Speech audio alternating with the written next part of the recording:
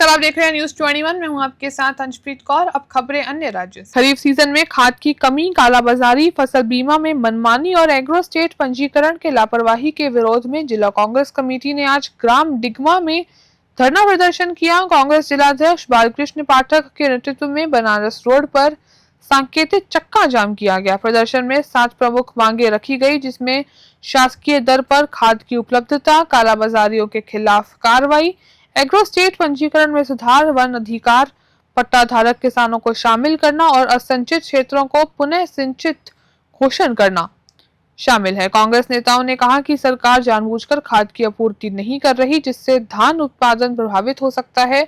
प्रदर्शन के दौरान मुख्यमंत्री के नाम ज्ञापन जिला प्रशासन को सौंपा गया। अंबिकापुर से नसीम अंसारी की रिपोर्ट।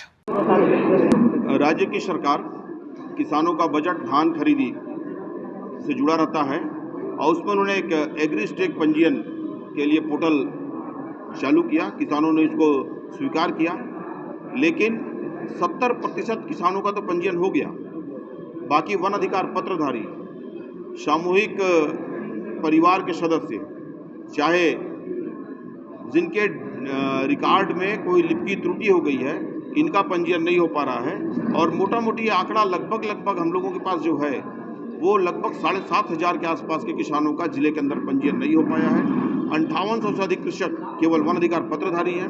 1600 से अधिक कृषक सम्मिलित खातेधारी हैं, जो हिंदू अनडिवाइडेड फैमिली के स्वरूप में निवास करते हैं। और लगभग 300 से अधिक कृषक ऐसे हैं जिन कृषकों का राजस्व रिकॉर्ड में लिपि त्रुटि हो गई है, इनके कारण से पंजीयन नहीं हो पा रहा है।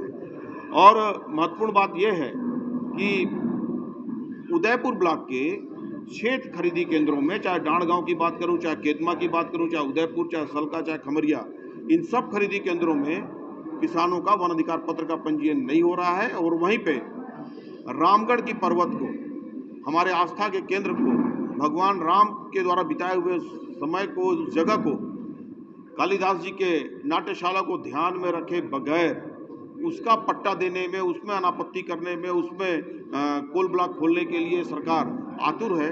लेकिन उसी ब्लॉक के 584 कृषकों का वन अधिकार पत्र के माध्यम से धान विक्रय हेतु पंजीयन करने में पीछे है।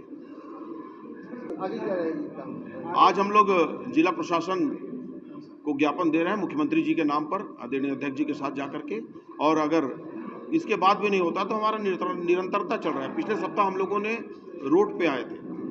और एक बात मैं और कहना चाहूँगा आपके माध्यम से कि छत्तीसगढ़ के भाजपा के नेता आदरणीय जेपी नड्डा जी को धन्यवाद दे रहे हैं कि उन्होंने 60,000 या 60 लाख मीट्रिक टन यूरिया दिया।